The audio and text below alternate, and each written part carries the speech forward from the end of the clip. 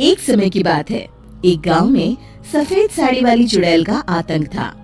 चुड़ैल रात भर गांव में घूमती और गांव का जो भी आदमी उसे दिखाई देता उसे वो घायल कर देती। अरे कोई तो बचाओ, मर गया रे। एक रात हरिया अपने खेत से अपने घर लौट रहा था कि तभी अचानक उसके सामने चुड़ैल आ जाती है। अरे बाप रे, ये चुड़ैल कहाँ से आ गई? आज तो मैं गया काम से।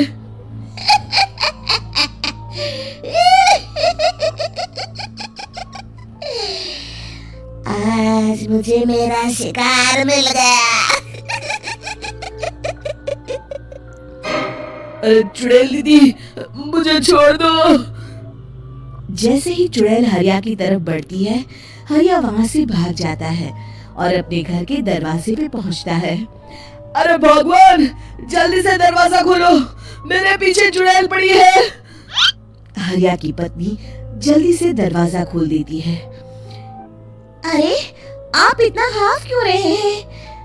अरे मेरे पीछे चुड़ैल पड़ी है, आज तो मैं बाल बच गया। जल्दी से सभी दरवाजे और सभी खिड़कियों को बंद करके बत्ती बुझा दो। तभी चुड़ैल हरिया के घर के पास पहुंच जाती है। अरे वो आदमी कहाँ गायब हो गया? मैं भी देखती हूँ आखिर कब तक बचेगा। मैं अपने शिकार को इतनी आसानी से नहीं छोड़ती। इतना कहकर चुड़ैल वहाँ से चली जाती है। वहीं दूसरी तरफ हरिया और उसकी पत्नी दोनों अपने घर की खिड़की से ये सब देख रहे होते हैं। अरे बाप रे, ये तो बड़ी डरावनी चुड़ैल थी। अगले दिन ये बात आग की तरह पूरे गांव में फैल जाती है और धीरे धीरे लोग चुड़ैल के डर के मारे शाम होते ही अपने घरों से बाहर निकलना बंद कर देते हैं। कुछ दिनों के बाद भाई, मैंने तो इस चुड़ैल के डर के मारे रात को अपने खेतों को पानी देना बंद कर दिया है।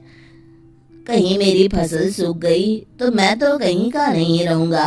साहूकार का कर्जा कैसे चुकाऊंगा? अरे भाई, पूरे गांव वालों का यही हाल है। पता नहीं ये चुड़ैल हमारे गांव में कहां से आ गई। फिर एक दिन गांव के पास वाली नदी के किनारे एक बहुत बड़े तांत्रिक के आने की बात कुछ गांव वालों को पता चलती है। वो लोग जाके ये बात गांव के मुखिया को बताते हैं। मुखिया जी, नदी के किनारे एक बहुत ही पहुंचे हुए तांत्रिक बाबा आए हैं। हमें उनसे मदद मांगनी चाहिए। मैंने सुना है वो बड़े बड़े भूतों और चुड़ैलों को अपने वश में कर लेते हैं। मुखिया जी सभी गांव वालों को लेकर उस तांत्रिक के पास पहुंच जाते हैं। ओम फट स्वाहा, ओम फट स्वाहा। तभी तांत्रिक अपनी बंद आंखों को खोलकर कहता है, क्या बात है? तुम सब लोग यहाँ क्यों आए हो? मुखिया जी उस तांत्रिक को सारी बात बता देते हैं। अच्छा, तो ये बात है। और तांत्रिक अपनी आंखों को बंद कर लेता है। मैं देख रहा हूँ तुम्हारे पूर्वजों ने बहुत पाप किए थे, जिससे ये गांव अब श्रापित हो चुका है। उसी के फल स्वरूप तुम्हारे गांव में चुड़ैल आई है। ये चुड़ैल बहुत खतरनाक है, ये किसी को नहीं छोड़ेगी। हे भगवान, मर गए रे, अब क्या होगा? तभी गांव के मुखिया जी कहते हैं, बाबा, इस चुड़ैल से हम सबको बचा लीजिए। कोई तो उपाय होगा। इसका सिर्फ एक ही उपाय है।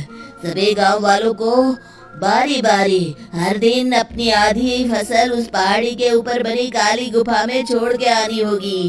तभी उस चुड़ैल की भूख मिटेगी और श्राप का प्रभाव खत्म हो जाएगा और तुम सब जिंदा बच जाओगे।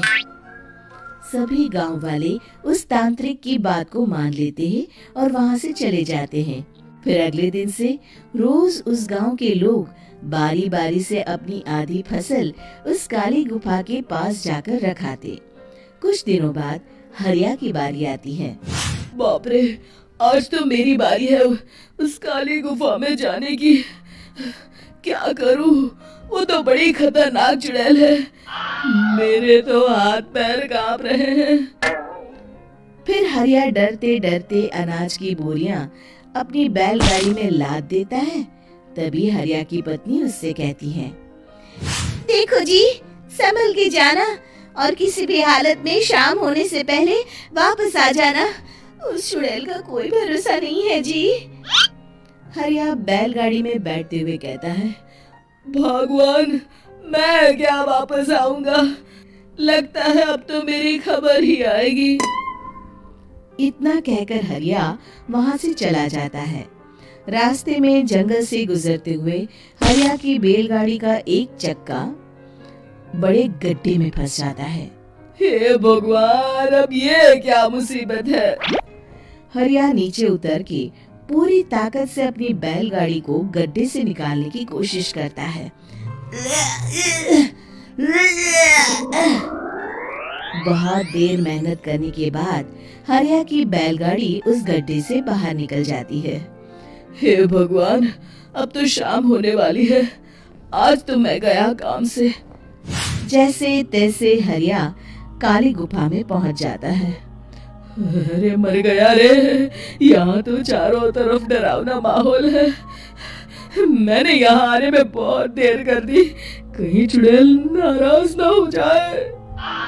हरिया अनाज की बोरियां वहां रख के जैसे ही जाने लगता है, तभी उसे किसी के आने की आवाज सुनाई देती है। हरिया एक कोने में छुपकर अंदर देखने लगता है।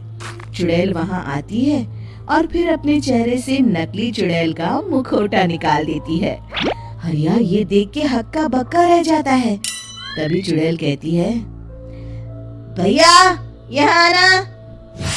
आज तो बहुत अनाज आया है, इसे मिलाकर अब हमारे पास ढेर सारा अनाज जमा हो गया है। कल ही हम इसे शहर में बेच आएंगे और माला माल हो जाएंगे। तभी अंदर से नदी के किनारे वाला तांत्रिक बाहर आता है। अरे, ये तो तांत्रिक बाबा है। हाँ, अब तो हम दोनों की जिंदगी मजे में कटेगी। गांव वालों को बेवकूफ बनाना इतना भी मुश्किल नहीं था। लोग तो तुम्हें सच में असली चुड़ैल समझते हैं। हाँ, तुमने सही कहा। अब ये गांव वाले चुड़ैल के डर से जिंदगी भर इस काली गुफा में अनाज पहुंचाते रहेंगे। अच्छा, तो ये बात है। ये दोनों पूरे गांव वालों को बेवकूफ बना रहे हैं। अभी जाकर सबको बताता हूँ। हरिया उन दोनों की पूरी बातें सुन लेता है और जल्दी से वापस गांव में आता है। गांव वालों को पूरी बात बता देता है। इससे पहले वो दोनों हमारा अनाज लेकर शहर जाए, हमें उन दोनों को पकड़ना होगा। उधर दूसरी तरफ नकली तांत्रिक और नकली चुड़ैल बनी औरत एक बड़ी गाड़ी में सारा अनाज लाद के वहां से निकलने की तैयारी कर रहे होते हैं। जल्दी करो, इससे पहले हमें कोई देख ले। हमें यहाँ से निकलना होगा। और तभी वो दोनों देखते हैं कि सामने से सभी गांव वाले अपने अपने हाथों में मशाल लेके आ रहे हैं। दोनों बुरी तरह डर जाते हैं। रुक जाओ, तुम दोनों का भांडा फूट चुका है। अरे मर गए रे, ये गांव वाले कहाँ से आ गए? तुमने क्या सोचा इतनी आसानी से यहाँ से निकल जाओगे? ये अनाज हमने अपने खून पसीने से दिन रात खेतों में मेहनत करके उगाया है। दोनों मुखिया जी के पैरों में गिर जाते हैं। हमें माफ कर दीजिए, हम दोनों एक नंबर के कामचोर हैं। बिना मेहनत किए पैसे कमाना चाहते थे। हाँ हाँ, अब हम आगे से मेहनत मजदूरी करके पैसे कमाएंगे। हमें कुछ मत करना, हमें छोड़ दीजिए। इतना कह के दोनों गांव छोड़ के भाग जाते हैं और सभी गांव वाले फिर से खुशी खुशी रहने लगते हैं। शिक्षा, तभी तो कहते हैं कि किसी भी समस्या का समाधान केवल सूझबूझ से ही करना चाहिए और कभी हिम्मत नहीं हारनी चाहिए। दोस्तों, हमें उम्मीद है कि आपको हमारी ये कहानी पसंद आई होगी। कृपया हमारे चैनल को सब्सक्राइब करें और सभी अपडेट्स के लिए बेल आइकन जरूर दबाएं। और हाँ, वीडियो लाइक और शेयर करना मत भूलिएगा। Bye bye.